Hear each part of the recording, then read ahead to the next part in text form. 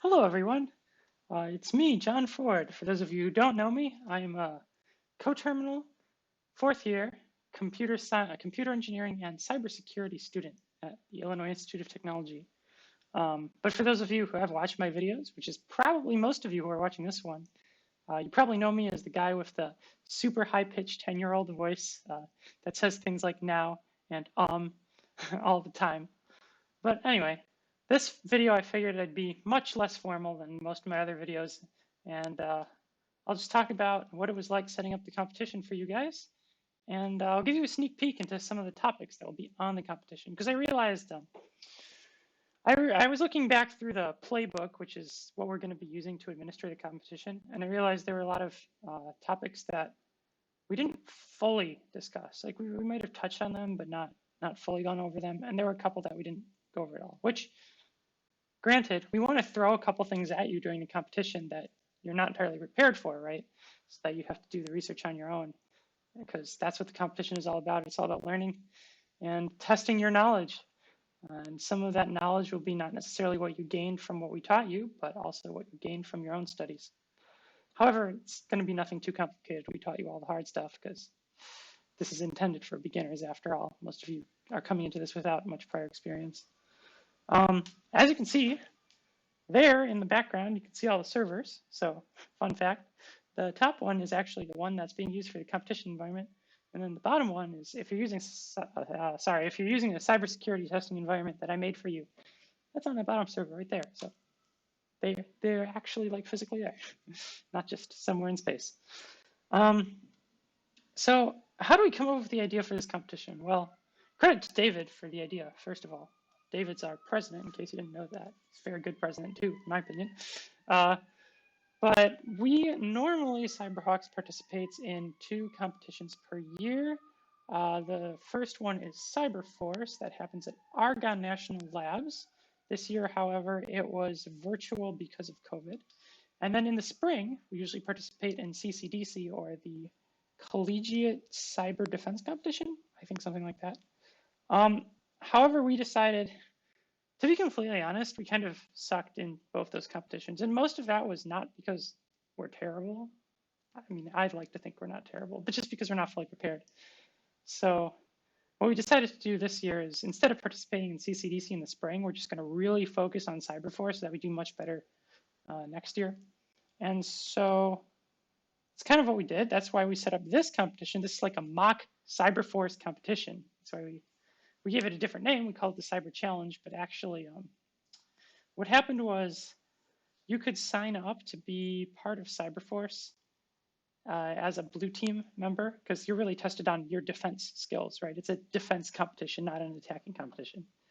But I signed up, but I didn't get randomly selected because there was too many people who signed up, so they did it by random selection. So I decided, you know what? I'm going to be a volunteer this year, and I'm going to go ahead and do red team for the first time.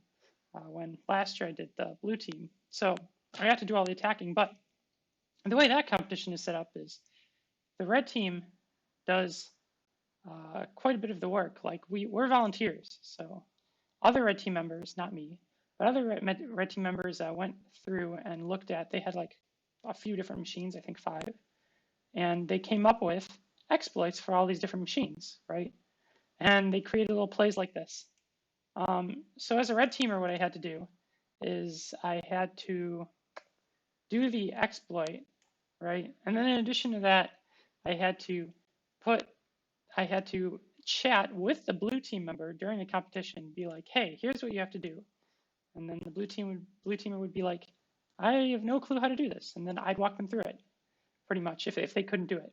And based on how many hints they took from me or how much I helped walk them through it, I deducted a certain number of points. My blue team member actually ended up doing really well despite not knowing much, just because he or she was super ready to learn and willing to look things up and try to figure things out. So a lot of it was that, which is super fun. However, this required knowing both the as a volunteer, I had to both know the red team side, which is kind of given to me. You know, I have the exploits here, and I had to sort of at least know a little bit of like what to do on the blue team side so that I could help the blue team member during the competition if they needed hints and stuff. And I was provided with like usually 1 hint for each challenge, but some of the hints were terrible. It's like if I were a blue team member and, well, this is actually a decent hint, but some of them were just like, hackers broke in, figure out how. It's like, that doesn't really help much. So I went back in and the CyberHawks exec board, which I'm part of, we sat down, we figured out a new competition, a new way for it to look for us specifically, because I wanted it to be fun for red teamers too. If you're interested in attacking like me, you probably don't necessarily want to do all the defensive stuff, because to me I don't want to say that's boring, but it's important to know as an attacker too, but it's not my cup of tea. So I wanted to make something for both attackers and defenders. So I took these plays, which were written like this, and then we came up with this idea of having a competition where we would do this sort of scoring thing, right? Like we'd have the score chat and we'd provide hints, but we do that for both red team and blue team. And instead of actually doing the exploits ourselves, we'd have the red teamers attempt to do it and we'd walk them through it. Then we'd have the blue teamers attempt to mitigate it or do something about it once it happened, and we'd walk them through it too. So it's kind of how this whole idea came about.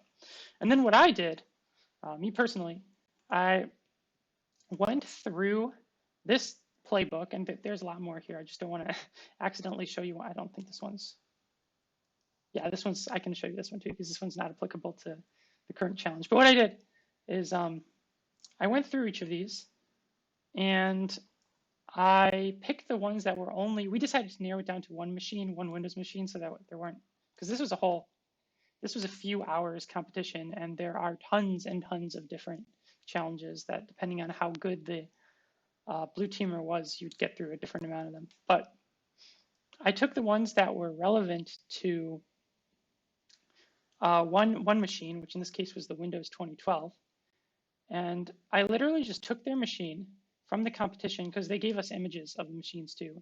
I set it up on that thing, and from the plays, sometimes I copied a title and I copied the exploit and as the solution, but then I kind of reworked it so that in the end for the red team, we have the problem. That's kind of like the score chat here. That's the equivalent of the problem. That's the first thing you're going to get when you start working on your specific challenge. Then we have the solution. This is for us. The reason I'm showing you this one is because we did it for the demo day, so you already saw it. But during the competition, we'll have ones that we did not do during the demo day, right? Then we have a couple sample hints. So if you're stuck, we have sample hints that we can give you. But if you have specific questions, we'll answer those too. Of course, we'll deduct points for hints, and it's kind of, even the CyberForce competition, it was kind of up to us as the people administering the competition to decide how many points we deduct or how much help we'd give. And, I tried to be nice. I don't know how nice other people were, but I tried to be super helpful and walk my blue teamer through it if they had no clue what they were doing. Then, of course, well, the way we were originally going to set it up is red team was going to do the attack all on their own, and we'd have the blue teamer wait while red team does it. And then after red team is done, then blue team would try to mitigate it and red team would have to wait for them. But we decided that's too much waiting. Like, why would red teamer wait for a blue teamer? So that's why I called this a cheat, because if the red teamer failed, this is the commands we'd be executing. But we decided not to do it that way, just because we don't want people to be waiting for each other. We decided that we, as the exec board or purple team, would, if we're working with a red teamer, we just give them the stuff for red team and have them do the attack. And if we're working with a blue teamer, we'd actually do the attack ourselves and then walk them through it. So that's kind of how we set it up in the end. So you'll notice I have a section for red team, section for blue team, and they both have the problem. The solution that we're looking for, if you give something similar to the solution, then you're great. And then a couple sample hints. So that's what the competition looks like. And if you want to see what I've been working with, I actually set up the environment once again on that server. It's running ESXi or vSphere hypervisor. It's a VMware product. It's an operating system specifically designed to have more operating systems or virtual machines on top of it, so it can run multiple concurrently. And what I did is, if you look at my virtual machines, I have the 2016 one, which we're not using. It's not even online or anything. I don't even know what this one is. We'll have to get rid of it. But anyway, we have our VPN machine, which is here. And as you can see, this is running. And we have our 2012 machine, which is also running. And you can see I was playing around with it. I was doing some hash dumping using FG dump on it. So kind of fun. But this is basically how we set up the environment. And if you look in networking, we have everything connected to, I believe, this one. Yeah. So our VPN and our Windows machine are all connected to the network. However, this VPN MAC address, one of them, I don't remember which one, is registered with OTS, so you can actually access it publicly. And then the other two are just connected to the network, but they're not registered, so kind of have the private network. You can't access it from the outside. So that's kind of how I set up the competition. Enough of that. Most of you are probably here because you want to know what you're going to see on the competition. So I'll give you that now. So if you're a red teamer, here's what to expect. Obviously, I did a whole long tutorial on Metasploit. So expect to see something Metasploit related. You're probably going to have to use a Metasploit module. So you should at least be able to search Metasploit modules, search for one that's relevant to an attack that you want to do. And it would be nice to know scanning too. That's the thing a red teamer should know. I don't think we'll be specifically testing you on it in this competition, but don't quote me on that. It should be something you learn anyway if you want to be a red teamer, because it's pretty important. At least how to use Nmap, or in Metasploit DB Nmap. I know we talked about that. The next thing was malware generation. Remember, I did a whole video covering that too. So definitely malware generation. We also talked about pass the hash attacks. And there are kind of two components to that. One was dumping hashes on a machine, and the other one was using hashes to log into a machine. So both of those are fair game. Either I could have you dump hashes from the Windows computer, or I could have you attempt to log in to the Windows machine using a hash that you already have, or both. Make you dump it and then try to log in using it. So that's important. FTP, I think David covered how to use FTP, the basic commands like logging in, uploading and downloading files. That's really all you need to know with FTP. Like, how do you log in? How do you remember that when you want to upload files, you have to set it to binary so that you can upload files as binary rather than in case they have bad characters. Yeah. And then, so these two are two we didn't really talk about, so mysterious. But I asked you, if you didn't notice in the installation for Kali Linux, we have it in the same document that says how to connect to the VPN environment. We also have an installation. We have that document, right, that gives you the cheat sheet how to do that. We also have installation for Red Team. And I don't know that I was very clear on this, partially because you don't actually have to use ISMTP for this, so it's really up to you. But it was my recommended thing to install. And what can you do with it? Well, really, what ISMTP is intended for is to do stuff with email servers, right? So same as send email. Send email is obviously for sending emails, like it's called send email. ISMTP is you can perform a lot of different commands on a mail server, which there is a mail server on the Windows machine. Now there's some not really vulnerabilities, but kind of vulnerabilities associated with email servers. And one of those is depending on the commands that are available to you on that server, on that email server, you may be able to find user accounts on that server, or I should say mail accounts, right? Because there's certain commands which I'm not gonna tell you because that would get rid of the fun of finding it yourself. But there are a couple mail server commands that you can use to check if a user exists. And then if I give you like a password list, say for example, and you run that command across the password list, you could quickly check to see if that, sorry, not password list, user list. Let me start over. If I give you a user list and you run that command on every name in the user list, you can check if all those users exist and find the ones which do and find the ones which don't, which isn't necessarily the worst thing in the world, but it gives you more information about the users on the computer, which you probably shouldn't, as an attacker, have access to, right? So I might test you on something like that. Wink, wink. So it would at least be good to know how ISMTP works, because that would be my recommended way of testing that. You could also write a Python script to do it. That's more work. And why would you do more work? Then there's send email. Send emails for sending emails. Duh. Why would I have you send an email? Like, how does that relate to cybersecurity? Well, what about phishing attacks? I wonder. So phishing attacks, right? You can send an email, but impersonate someone else, pretend you're sending the email to someone else. So I might ask you to do something like that. And if I do, I'll ask you how to do it using. I mean, I won't specifically say using send email. You could use whatever you want, but I would recommend using send email. I also don't know why this is highlighted in red. It shouldn't be. Whatever. Yeah. I think that's it for red team. That should be everything you'll see on the Cyber Challenge competition.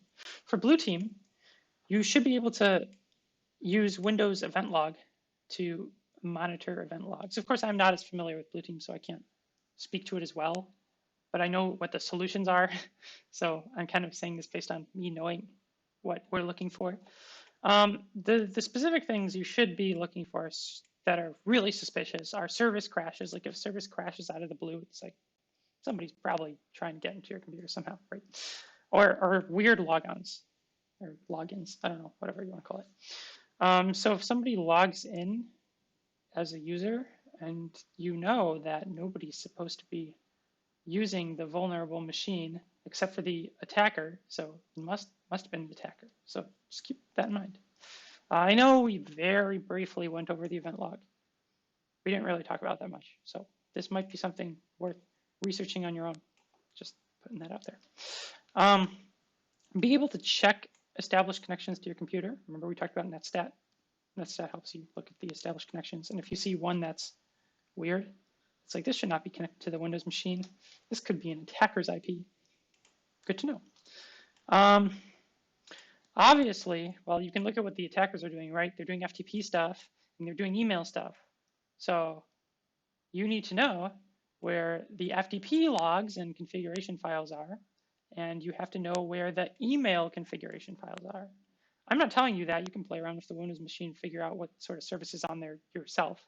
But I'm just telling you there's an FTP service running, and there's an email service running, and we'll be attacking that. So you better know where that's located on the computer, and you better know where the logs for that are, right?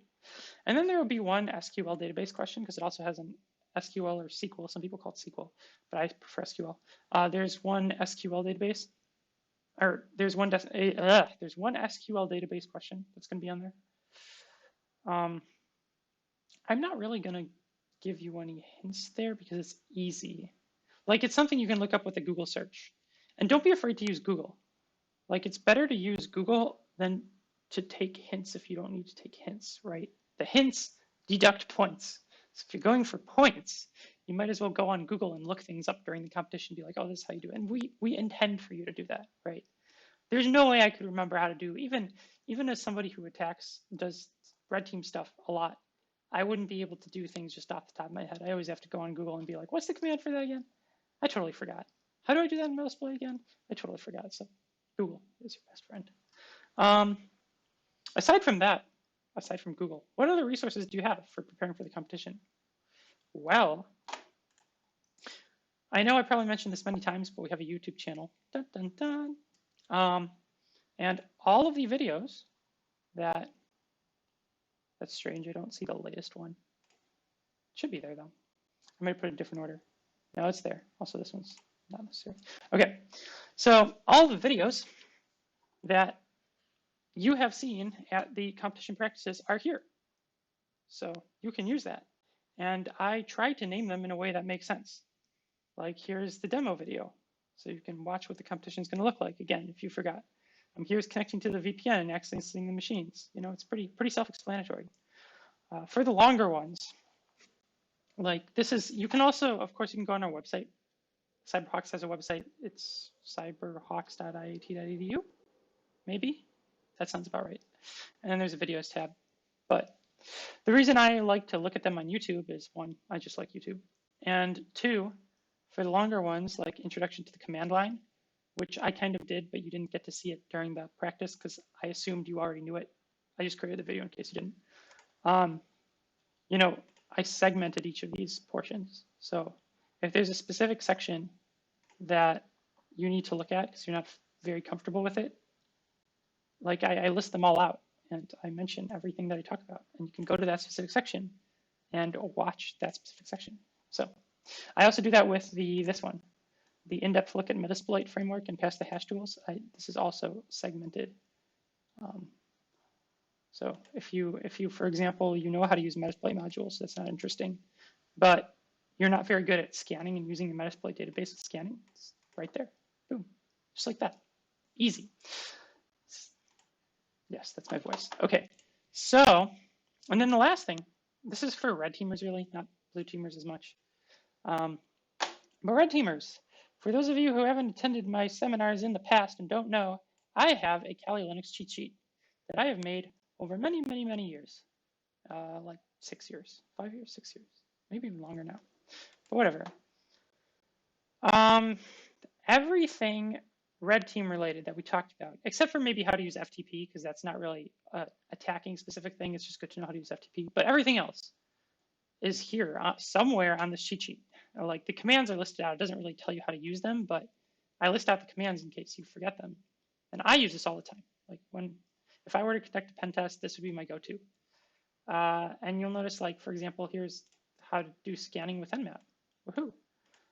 If you want to remember how to use Metasploit, if you go to exploitation, there's the Metasploit framework. Boom.